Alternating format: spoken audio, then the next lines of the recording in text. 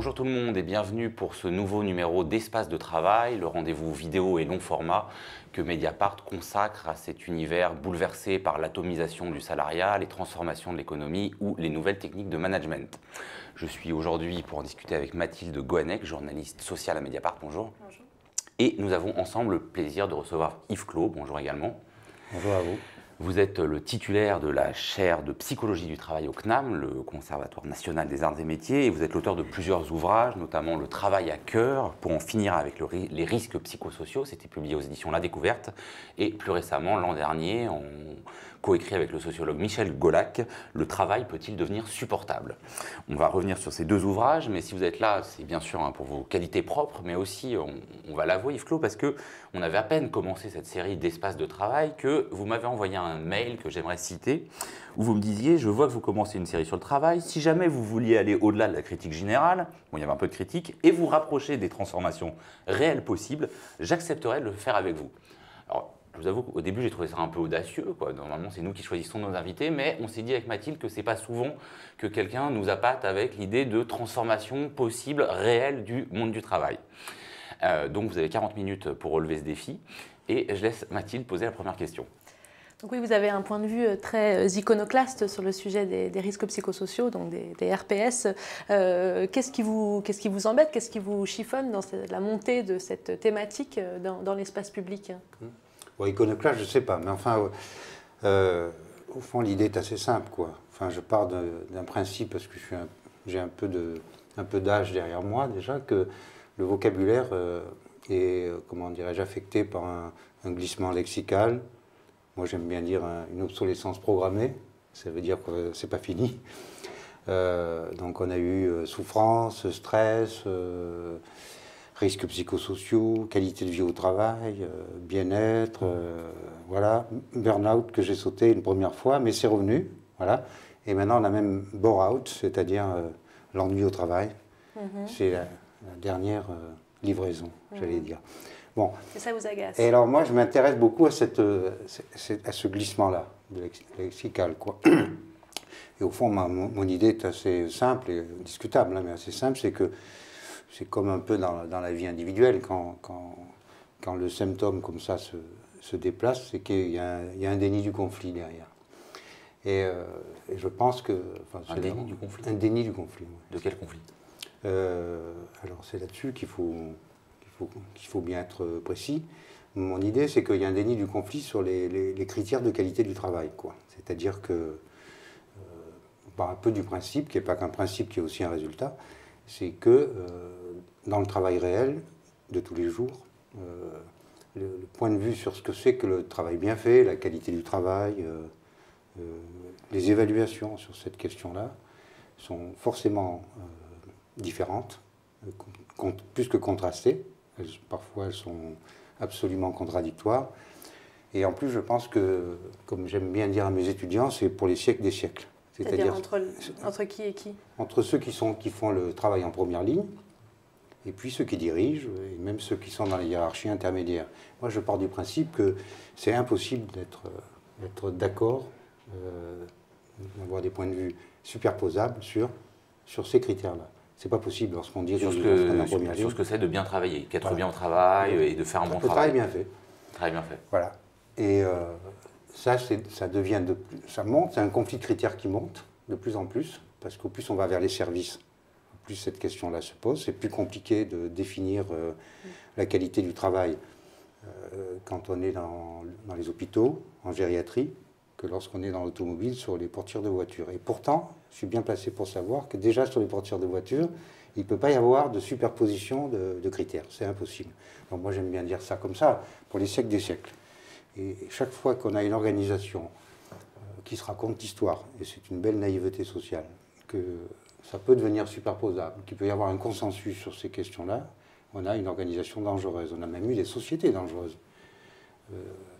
Dans l'Est du monde, on a pensé qu'à un moment donné, on pouvait s'harmoniser sur un bon critère cette fois, la bonne pratique, la fameuse bonne pratique dont tout le monde parle, sur un bon critère de qualité du travail qui serait à la fois la santé, l'efficacité. Voilà. Je n'y crois pas et je pense que le fait de dénier ce conflit, non pas comme but, hein, moi je ne suis pas un adepte du conflit pour le conflit. Mais par contre, du conflit critère sur la qualité du travail, je pense que c'est quelque chose qu'il faut instruire. Mais en quoi Comme c'est pas fait. En quoi le conflit est générateur de solutions pour que tout le monde aille mieux et pour que tout le monde travaille mieux? D'abord, pour le moment, si on prend les choses un peu par ordre, le conflit, il n'est pas générateur de solutions. Dans un premier temps, le conflit, lorsqu'il n'est pas institué, c'est-à-dire lorsqu'il est laissé à lui-même, c'est-à-dire lorsque on se raconte l'histoire que ceux qui sont en première ligne peuvent être en conformité avec les critères de qualité qui sont définis loin d'eux, ou l'inverse d'ailleurs. Lorsqu'on se raconte cette histoire-là, le conflit dont je parle, il fait des ravages, parce que d'une certaine manière, il est soumis au silence sur ce conflit. Ce n'est pas discutable. En même temps, c'est complètement dénié. On voit bien qu'il y a des oppositions hiérarchiques sur voilà, ce qu'est le travail et qu'il y a aujourd'hui une souffrance au travail qui vient de là. Donc je vois complètement la dénégation de ça. Et juste pour revenir quand même sur la question de Mathilde, en quoi, par exemple, les risques psychosociaux ne sont pas une manière de parler de ça? Alors, quand vous dites c'est pour ça qu'il y a souffrance au travail, vous allez très très vite, vous avez de la chance parce que... Non, mais je dis pas seulement, mais là, je vous trouve un peu abstrait. Voilà, j'aimerais bien, par exemple, pourquoi est-ce que les risques psychosociaux, dont là on voit bien ce que c'est, pourquoi vous dites que ça ne peut pas être la grille d'analyse aujourd'hui pour comprendre une partie du travail? Parce qu'on ne sait pas ce que c'est. Ah bon? Non, on ne sait pas ce que c'est. On a la plainte sur la souffrance au travail, mais par exemple, si je vous dis comment vous définissez la souffrance au travail, vous allez me la définir, ça m'intéresserait de le savoir, mais moi j'ai une définition qui n'est pas la définition classique, quoi. Je vais partir d'une petite citation de Pierre Naville, qui n'est pas abstrait, que j'ai amené avec moi. Il reprend ça de Thomas Veblen, qui est un des sociologues marquants, et Naville aussi. Hein. Il a cette idée-là que je fais mienne. L'homme possède le goût du travail efficace. Vous et moi, vous aussi. Hein. Et déteste les efforts inutiles. Il a le sens des avantages, de la fonctionnalité et de la compétence, ainsi que celui des inconvénients de l'absurdité, du gaspillage et de l'incompétence. Pour moi, la raison de la souffrance au travail, elle est là. Et ce n'est pas tout à fait la même chose que de considérer que la souffrance au travail, la raison, c'est la pression qu'on exerce sur les sujets. Ce n'est pas la même chose, quoi. Par exemple, considérer qu'au fond, les gens font des maladies, ou même font une maladie en général, du fait de ne pas arriver à faire un travail qui se tient, du fait d'avoir à répéter tous les jours un travail ni fait ni à faire, sûrement pas le cas de beaucoup de journalistes, ou de commencer quelque chose sans pouvoir aller au bout, de devoir refaire ce qu'on a déjà fait, c'est-à-dire au fond ce travail mal foutu, qui fait qu'au fond on ramène à la maison tout ce qu'on aurait voulu faire et qu'on n'a pas pu faire, dans cette fatigue chronique que j'appelle bien fatigue, et pas stress, ou cette fatigue chronique qui fait que au fond on n'arrive pas à faire ce qu'il faudrait faire, quoi. Et au fond, les gens font une maladie de ces empêchements-là. Oui, mais est-ce qu'il faut pour autant dédouaner celui qui va faire la commande de ce travail mal fait? Bien sûr que non, bien sûr. Alors, dédouaner, sûrement pas dédouaner. Mais ce que je veux dire, c'est que si vous posez le problème comme ça signifie que les gens ne sont pas simplement, comment dirais-je, passifs, quoi. Ils sont dans la situation, j'allais dire, dans une situation empoisonnée, dans une activité entamée. Oui, j'aime bien le mot entamé, parce que ça veut dire qu'il y a une masse d'énergie rentrée, de capacité dérobée d'une certaine manière, quoi. Et au fond, c'est parce que les gens regardent sur l'estomac cet ensemble de possibilités non réalisées qui en font une maladie. Mais ça a un avantage de poser le problème comme ça signifie que pour changer quelque chose, il faut aller à la rencontre de ça. Il ne faut pas simplement diminuer la pression de ceux qui sont au-dessus dans les hiérarchies, pas simplement avoir un management humaniste, qui aurait d'ailleurs la fibre sociale, par exemple. Au contraire, il faut aller chercher du côté de ceux qui font le job en première ligne, et au fond, les rendre comptables de ceux qui sont capables de faire et qu'on les empêche de faire. Je pense qu'il y a une maladie de l'empêchement dans cette société qui est colossale, quoi. Voilà. C'est-à-dire une maladie de l'empêchement. On empêche les gens de faire... On n'arrive pas à faire les choses correctement. On n'arrive pas, on n'arrive plus. Est-ce qu'on a un moment Est-ce qu'on a déjà fait réussi correctement notre travail? Bien sûr, enfin plus ou moins. Mais actuellement, dans beaucoup de milieux, encore une fois, j'espère que le journalisme n'est pas concerné, hein, dans beaucoup de milieux, très difficile comment dirais-je, de se reconnaître dans ce qu'on fait. C'est très difficile de faire un travail qui soit défendable à ses propres yeux. Alors bien sûr que ce n'est pas indépendant de l'organisation du travail, c'est même au cœur de l'organisation du travail. Hein. Mais pourquoi je dis ça? Parce que pour moi, ce sont les ressorts de l'action. C'est à partir de là qu'on peut construire l'action, c'est-à-dire rendre possible le développement de ses capacités entamées, de ses capacités rentrées, de ce poison que chacun porte en soi, qui est l'impossibilité de travailler correctement, de bien faire son boulot. Bien faire son boulot, c'est devenu quelque chose qui est impossible. Souvent, beaucoup trop souvent. Sur l'expérience que vous menez, par exemple, chez Renault, sur ce type de réflexion, qu'est-ce que concrètement il faut faire chez Renault, dont on connaît quand même le climat social dégradé, pour que les gens aient le sentiment d'être moins empêchés de faire ou de faire mieux? Bon, puisque vous parlez de Renault, c'est un point qui me tient à cœur. On est parti d'une demande d'une direction d'entreprise. Moi, j'aime bien les choses concrètes, c'est ce qui explique que je vous ai fait ce mail. On est parti d'une demande de direction d'entreprise qui nous dit, voilà, pour nous, les indicateurs à la fois de ergonomique, de qualité sont ouverts, et pourtant, on a les syndicats sur le dos, parce qu'eux, ils considèrent que c'est au rouge, à la fois du point de vue de la santé, du point de vue... Voilà. Et donc, on aimerait, souvent les demandes viennent vers nous comme ça, on aimerait que vous arbitriez un peu cette affaire-là, quoi. Qu'on ait un point de vue d'expert qui nous permette de dire c'est comme ça ou c'est comme ça. Et la réponse qu'on a faite, et pour moi ça c'est extrêmement important, c'est de dire si vous voulez de ça, il y a plein de gens sur le marché qui sont capables de faire. Voilà. Par contre, si vous voulez soutenir ce conflit-là entre vous, direction et syndicat, si vous voulez que ce conflit-là, on l'installe, on l'instruise, on le construise, qu'on le comprenne et que vous puissiez travailler ensemble sur cette affaire-là, ensemble.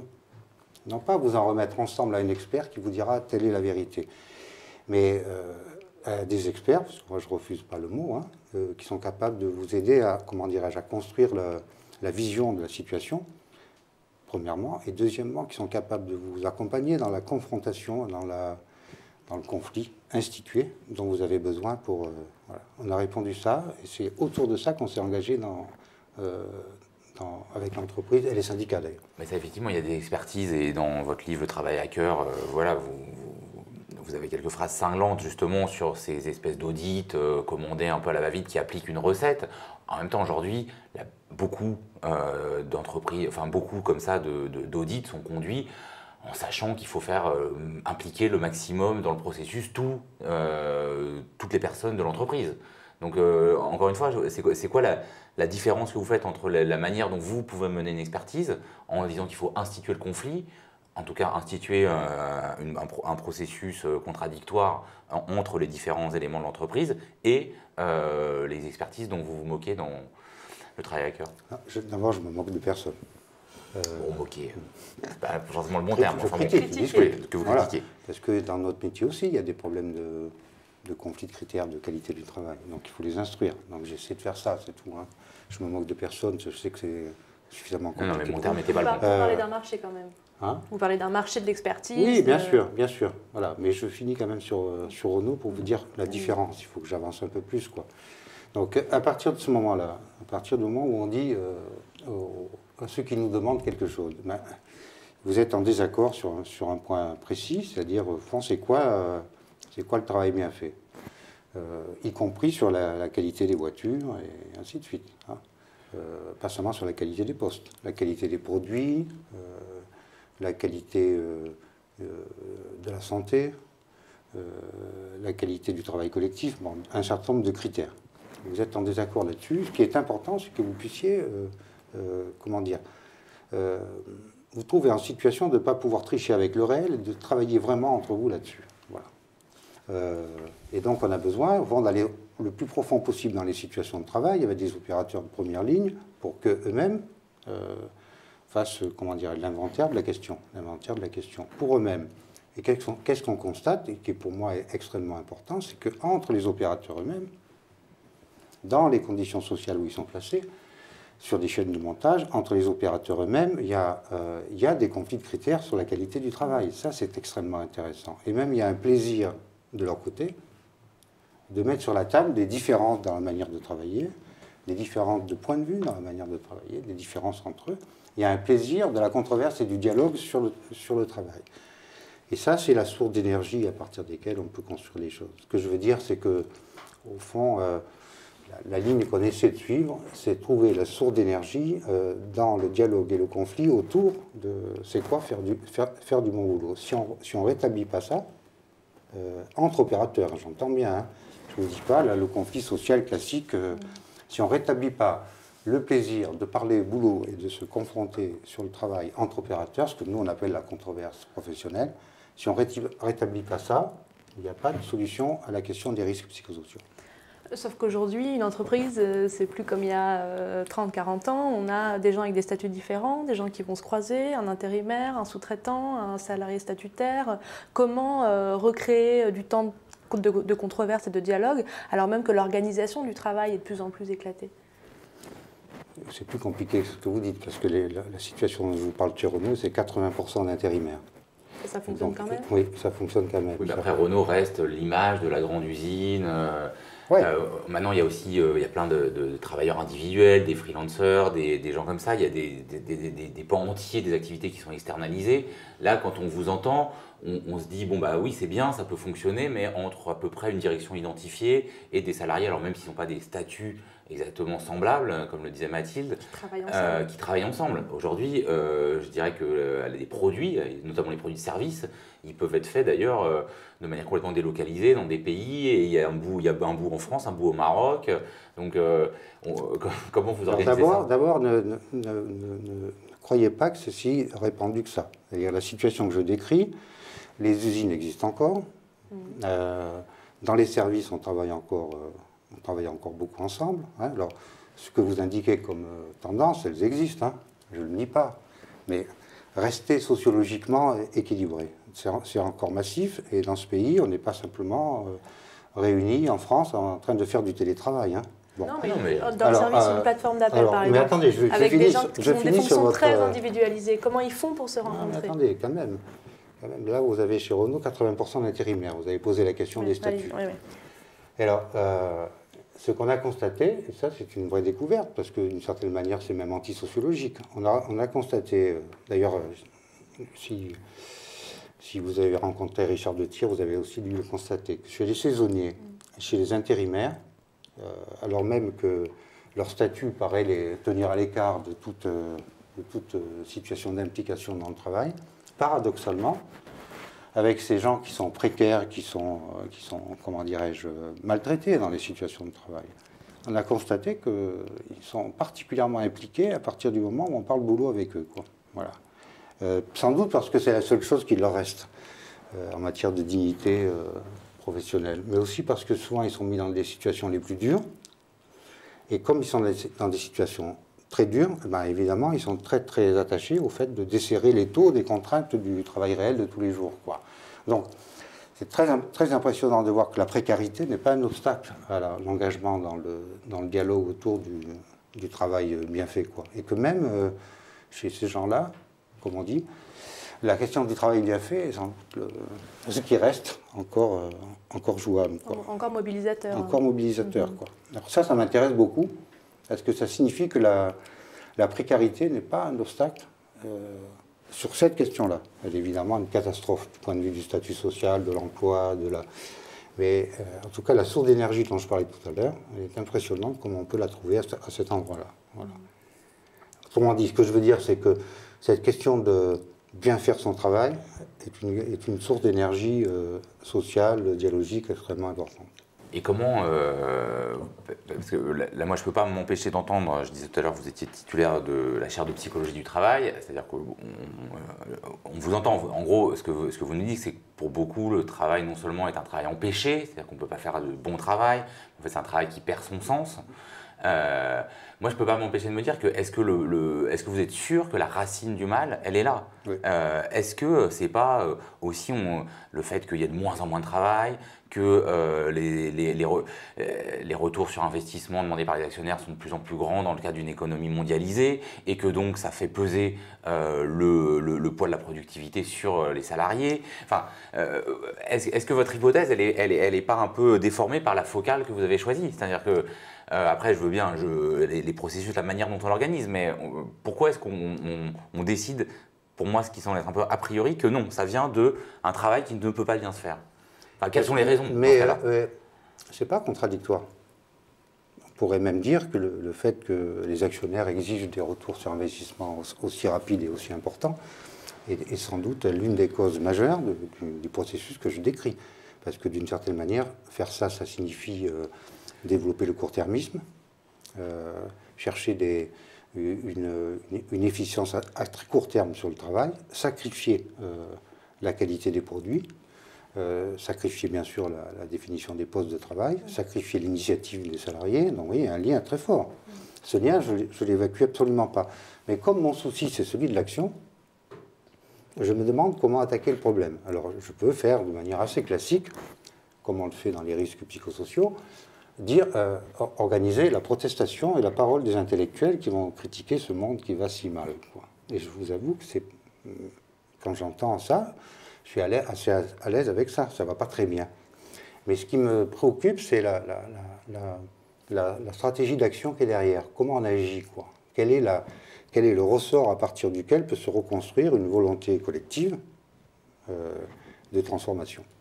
C'est là-dessus que porte le problème. Et de mon point de vue, la seule manière de construire une volonté collective, c'est pas simplement d'expliquer aux salariés que ce qu'on leur fait a comme cause la volonté des actionnaires, parce que d'abord, ils le savent. C'est organiser l'action du point de vue de mon métier, à partir d'un principe, comment dirais-je, de reprise de l'initiative, quoi. Et ma conviction, c'est là-dessus que je suis assez carré, ma conviction, c'est que ça n'est possible aujourd'hui, pas simplement en faisant la leçon aux gens sur le fait qu'il faudrait agir contre, mais en leur redonnant le sentiment qu'on s'intéresse vraiment à ce qui les tient, à ce qui les agite, ce qui les passionne, quoi. Et qui n'est pas simplement une passivité qu'on leur impose, mais une passion rentrée. Et cette passion-là, si on se porte à sa rencontre, on a des possibilités d'agir qui sont colossales. J'arrive même à dire un peu subversives, quoi. Est-ce que ce n'est pas néanmoins aussi une critique sur l'action syndicale qui était censée et qui est censée porter aussi cette conflictualité dans l'entreprise? Alors c'est deux critiques, parce que vous avez parlé des experts et des syndicats. C'est deux critiques, mais c'est des critiques amicales, parce que bon, on fait partie d'un... Vous vous moquez pas? Non, vous avez remarqué, c'est pas mon genre. Voilà, je suis trop soucieux de la situation pour me moquer. Alors c'est une critique de l'expertise d'abord, classique. C'est même plus que ça, c'est parfois une critique de la conception intellectuelle des problèmes du travail. Et c'est même une certaine critique pour aller aussi un peu plus loin d'une certaine gauche. La vieille logique de la gauche compensatrice ou réparatrice. La vieille logique qui consiste au fond à dire que le monde est tel qu'il est, c'est un monde du travail qui abîme les sujets, et il faut obtenir réparation. Il faut obtenir réparation. Par exemple, il faut obtenir que le burn-out soit une maladie professionnelle. Ou bien il faut obtenir que la pénibilité, cette fameuse loi sur la pénibilité qui consiste au fond à dire aux gens, ben vous pourrez prendre la retraite un peu plus tôt si vous pouvez faire la preuve que vous avez été malade. Que vous êtes cassé. Je schématise, hein. Bon. Ou bien la logique de la reconnaissance des maladies professionnelles. C'est la vieille logique compensatrice de la gauche, quoi, réparatrice. Et ça s'appelle ça la logique des réparations, avec un petit clin d'œil historique. C'est-à-dire, au fond, sur la performance telle que vous la concevez, on n'y peut pas grand-chose. D'ailleurs, la performance, c'est la performance financière. On n'y peut pas grand-chose. Par contre, ça fait des dégâts. Et sur ces dégâts, il faut faire les comptes et vous nous devez quelque chose, quoi. Cette logique de l'expertise, qui est évidemment une logique de marché aussi, pas simplement une logique à la fibre sociale. D'ailleurs, je trouve que sur le marché, beaucoup de monde a la fibre sociale.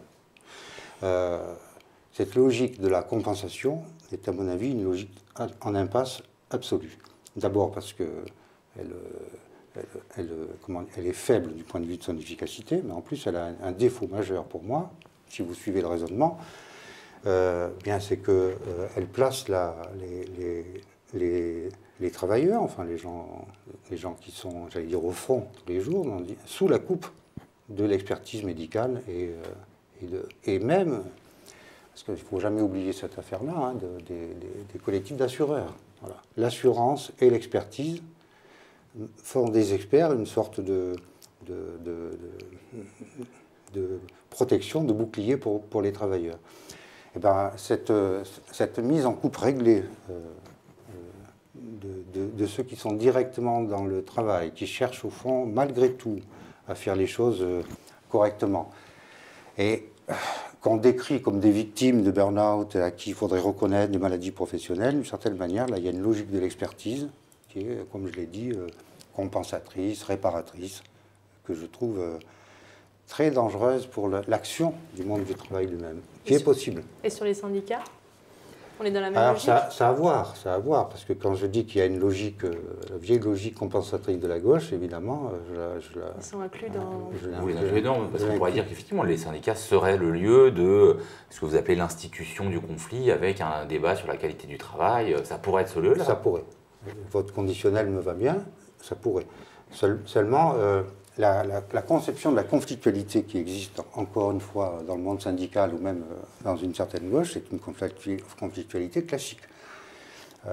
J'allais dire une conflictualité du rapport social, hein, une conflictualité entre les gens, quoi, entre soit interpersonnel d'ailleurs, soit la conflictualité du rapport social au sens classique du terme.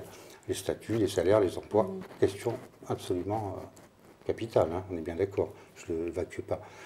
Ce que je dis, c'est qu'aujourd'hui, on rentre dans un monde, et peut-être à cause de ce que vous disiez au départ, hein, y compris le fait que l'entreprise ne peut pas être regardée comme simplement repliée sur elle-même. On rentre dans un monde dans lequel il y a d'autres conflits qui rentrent en lice. Par exemple, la qualité des produits, ce qu'on a dans nos assiettes, les médicaments qu'on mange, la manière dont la nature est traitée, les pesticides qui se répandent. Il y a un problème de qualité des marchandises et des biens, et des services d'ailleurs. On pensez aux opérateurs Internet pour avoir une petite idée de comment ça fonctionne. Il y a une dégradation telle de la qualité des biens et des services que d'une certaine manière, il y a une conflictualité nouvelle qui porte sur ça. C'est qu'est-ce qu'on mange, comment on se soigne, qu'est-ce qu'on fait avec la nature. Voilà, quelque chose qui est très loin de l'entreprise, qui est en dehors des frontières de l'entreprise. Qui fait retour. Qui met sur la table, j'allais dire, une conflictualité nouvelle, quoi. Alors, ce que je veux dire, c'est que je crois qu'on est arrivé à une époque où il faut enrichir le vieux conflit.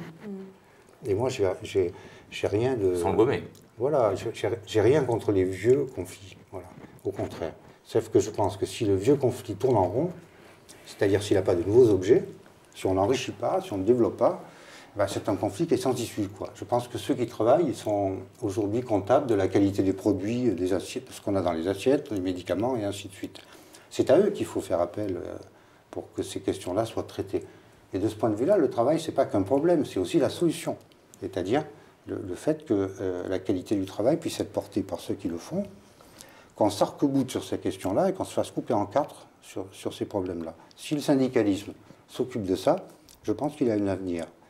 Si le syndicalisme considère que ça, ce sont des questions, comment dirais-je, extra-professionnelles, qui appartiennent à d'autres couches sociales ou qui concernent d'autres milieux que le monde du travail lui-même, autrement dit, la transformation des marchandises en biens durables, si cette question-là n'est pas posée dans le monde du travail, alors... Ils vont finir par... Je pense qu'ils vont finir par être un peu subalternes. Et donc, ils sont dans une situation de cette logique réparatrice et compensatrice que j'ai indiquée tout à l'heure. Donc, on a un vrai problème d'installation dans le monde du travail, dans les entreprises, de ce nouveau conflit-là, qui est un conflit... Et oui, du coup, quelle forme ça pourrait prendre? Je ne vous dis pas que moi, je suis le malin qui peut... vous dire complètement. C'est ce que vous aviez dit dans votre mail, hein, c'est ce qu'on avait compris. Vu qu'on est très déçus. Mais si vous me donnez un peu de temps pour que je vous dise comment on fait chez Renault, par exemple, voilà.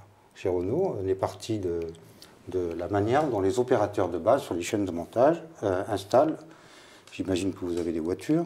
Non, vous savez, on a des journalistes à Paris. On a des vélos, mais on doit pouvoir faire la comparaison. On sait ce qu'est une voiture. On va s'en tirer, je pense. Vous savez bien que sur les voitures, il y a des portières, et entre la portière en fer et la vitre en verre, il y a des lécheurs qui permettent de... Voilà. On part de là, de choses aussi simples que ça. Et puis on constate que dans cette entreprise très moderne, on a des opérateurs qui donnent 500 coups sur le lécheur pour le faire rentrer, parce que la conception de la pièce fait problème, quoi. Et que vous avez des opérateurs, les uns donnent des coups là-dessus, les autres vont jusqu'à chercher du savon dans les toilettes pour arriver à lubrifier cette pièce. Dans une grande entreprise robotisée comme Renault. Hein, on part de là. Et on commence à faire discuter les opérateurs sur cette question-là.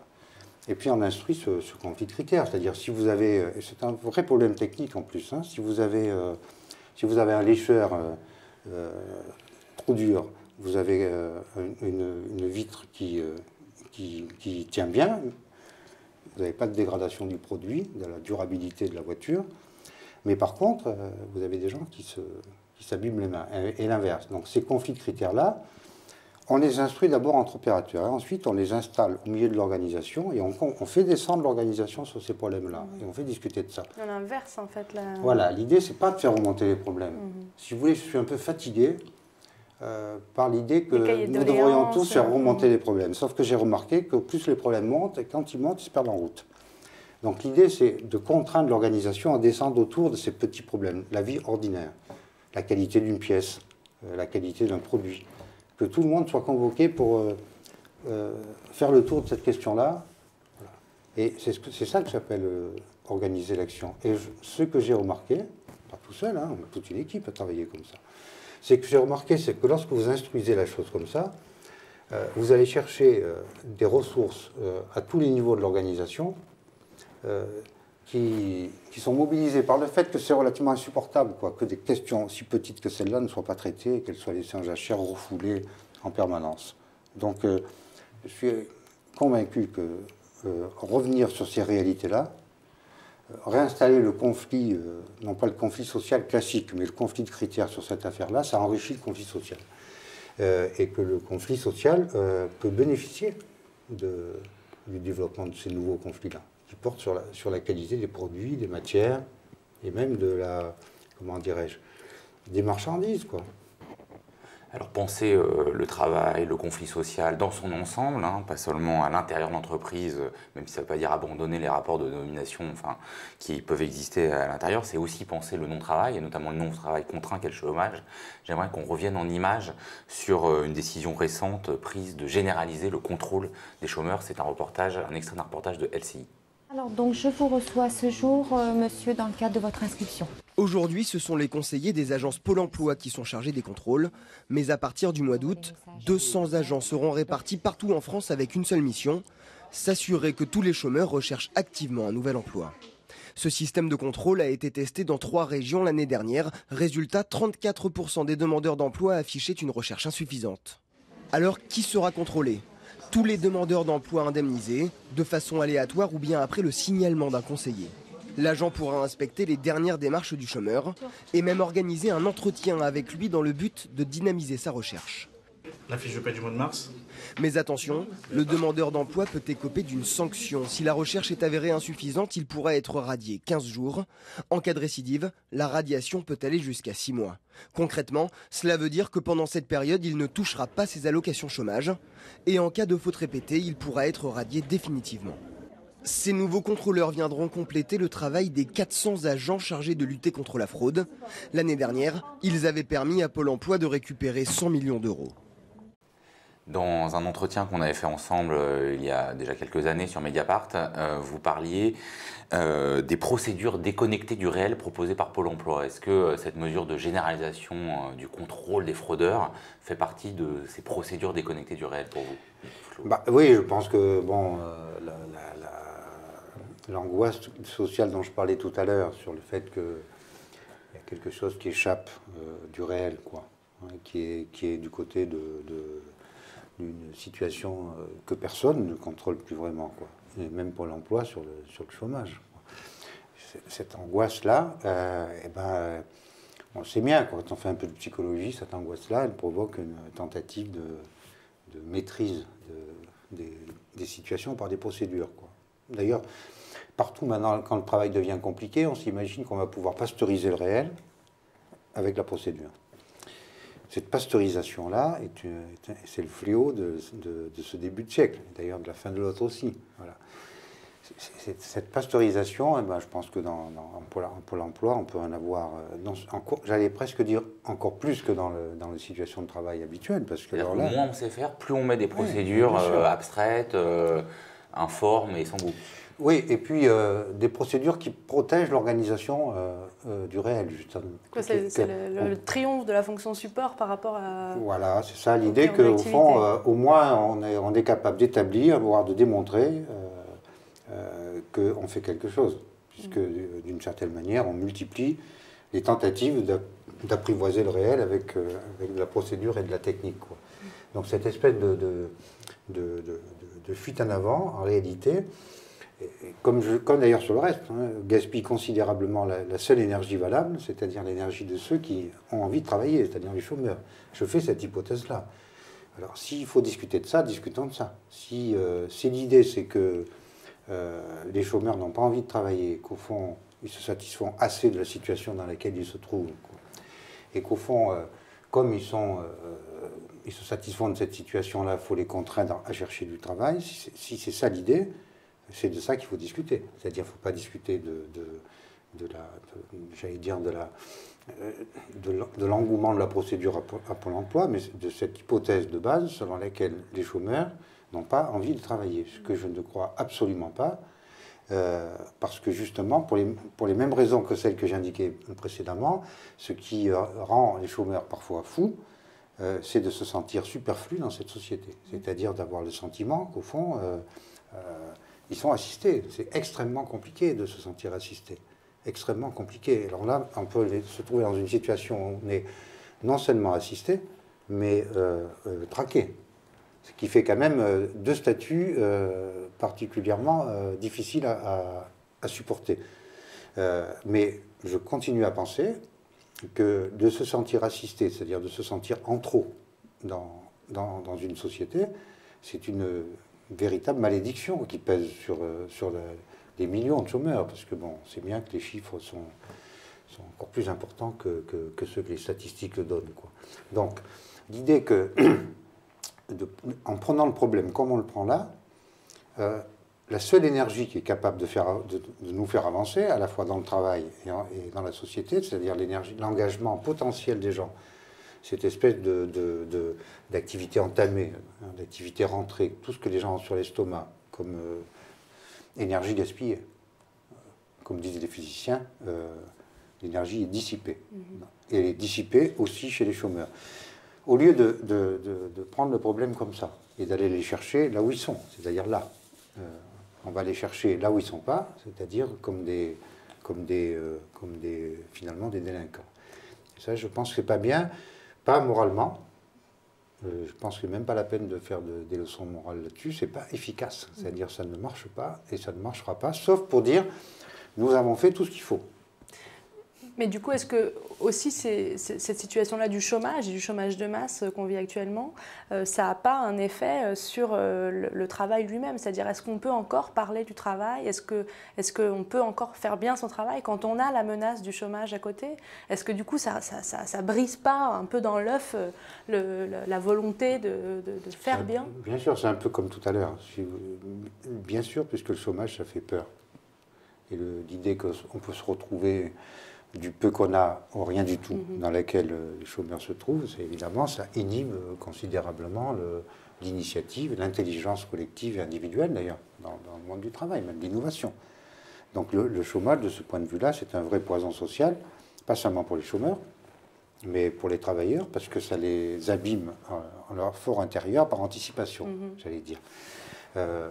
Mais ce qui est frappant, c'est que malgré ça, encore une fois, la seule ressource qui reste, c'est au fond ce qu'on est encore capable de faire, quoi. Ce qu'on a encore par rapport Et je pense que en prenant le problème, comme j'essayais de le dire précédemment, à partir du travail, ça nous donne une vision, non pas sur le chômage, mais sur les chômeurs, comme personnes, quoi, hein, comme capacité rentrée, comme gaspillage social, gaspillage de ressources, quoi. Ça nous donne une vision qui est beaucoup plus dynamique et donc une capacité d'action contre le chômage beaucoup plus forte. Et encore une fois, moi, ce qui me... Est-ce qu'il y a des pays où ça se passe mieux qu'en France? Pardon ? Est-ce qu'il y a des pays où ça se passe un peu mieux qu'en France, le traitement du chômage, qui ferait plus attention aux chômeurs, justement? Il y a des pays déjà où il y a moins de chômage. Et je fais remarquer que les pays où il y a moins de chômage sont aussi les pays dans lesquels le travail n'est pas dans la situation où se trouve en France, quoi. Voilà. J'ai pas de comment dirais-je, de naïveté à l'égard de l'Allemagne, mais il y a un rapport entre les deux. C'est-à-dire la possibilité dans le travail de prendre les choses autrement et le taux de chômage. Pour moi, il y a un rapport extrêmement étroit entre le gaspillage d'énergie à l'intérieur du travail qui affaiblit la capacité productive de ce pays, qui le met dans une situation de différentiel, y compris de compétitivité, parce qu'on ne fait pas le pari. On ne fait pas le pari du travail intelligent et informé. On ne fait pas le pari de la création collective dans le travail, qui est la seule performance dans les pays développés, avec lesquels on peut faire la différence avec des pays qui le sont moins. C'est le différentiel est de ce côté-là. On ne fait pas ce pari-là, on fait au contraire le pari à l'intérieur du travail que le coût du travail doit être baissé pour que... Mais souvent, quand j'entends cette idée de coût du travail, je dis, mais le coût du travail gaspillé, est-ce qu'on l'a quantifié? Est-ce qu'on l'a quantifié? Le coût du travail qu'il faut refaire en permanence, ce coût du travail-là, qui est colossal, quoi, qui abîme la capacité d'initiative, je pense que c'est le ressort majeur, la source du développement du chômage, quoi. Donc, l'idée qu'il faudrait pressurer davantage à l'intérieur du monde du travail, diminuer les coûts au sens formaliste du terme, pour qu'il y ait moins de chômage, je crois que c'est le contraire qui est en train de se produire. C'est le cercle vicieux d'une décadence de la qualité du travail intelligent et formé, du travail collectif. Le fait qu'on passe soin de ça, qui d'une certaine manière, c'est la pompe aspirante du chômage, quoi. Donc, il faut renverser le processus. Il faut faire le pari de l'intelligence collective, de la coopération conflictuelle. On est dans un pays, on est loin du chômage, c'est pas loin. Hein. On est dans un pays où soit on a le conflit sans la coopération, soit la coopération sans le conflit. Je parle du monde syndical et du monde politique. L'idée qu'il peut y avoir une coopération conflictuelle. Ça ressemble quand même à un oxymore. Hein? Ça ressemble quand même à un oxymore, il faut bien dire coopération conflictuelle. Ah ben oui, c'est ça, mais je le fais exprès. Je pense que quand on aura compris que la coopération passe par l'institution du conflit, dont j'ai parlé tout à l'heure, hein, c'est-à-dire le conflit sur la qualité des produits, la qualité des process, la possibilité d'installer la controverse professionnelle là-dessus, et de retrouver finalement le sens du dialogue un peu nerveux sur des choses qui comptent. Ne pas se contenter des consensus factices, de tricher avec le réel, parce que c'est devenu assez classique, il y a les jeux de rôle sociaux dans lesquels on est complètement embarqué. Remettre du réel là et engager la coopération conflictuelle sur le réel. Je pense que ça fait de l'intelligence, ça fait de la vie aussi, hein, parce que le dialogue un peu tendu sur des choses qu'on n'arrive pas à faire, et même qu'on n'arrive pas à dire, qui rassemble autour de quelque chose qui est difficile à penser ou difficile à dire, ça fait de la vie, et je pense que c'est une source de rétablissement d'énergie à l'intérieur du travail, qui ferait beaucoup de bien aux chômeurs, et d'ailleurs beaucoup de bien pour faire reculer le chômage, pas simplement faire du bien aux chômeurs, ce qui est... Donc, pour revenir au livre que vous avez signé l'an dernier avec le sociologue Michel Golac, qui était intitulé « Le travail peut-il devenir supportable ?» La réponse est quand même oui. Oui, oui, bien sûr. C'est la réponse à une condition, c'est que on sort de la logique réparatrice et compensatrice que j'ai indiquée tout à l'heure, et que ceux qui veulent changer le travail, le rendre supportable, s'intéressent à la performance, à la gouvernance, à la coopération conflictuelle à la direction, à la gestion des entreprises. Il n'y a pas de raison que ceux qui travaillent ne soient pas comptables de ça et qu'ils ne soient pas acteurs là-dedans. Et pas simplement réparer des dégâts d'une performance dans lesquels ils n'ont rien à voir. Merci beaucoup, Yves-Claude, d'être venu à la suite de ce mail nous expliquer comment rendre le travail supportable. Et Mathilde, à bientôt pour un nouvel espace de travail. À bientôt, merci. Merci à vous.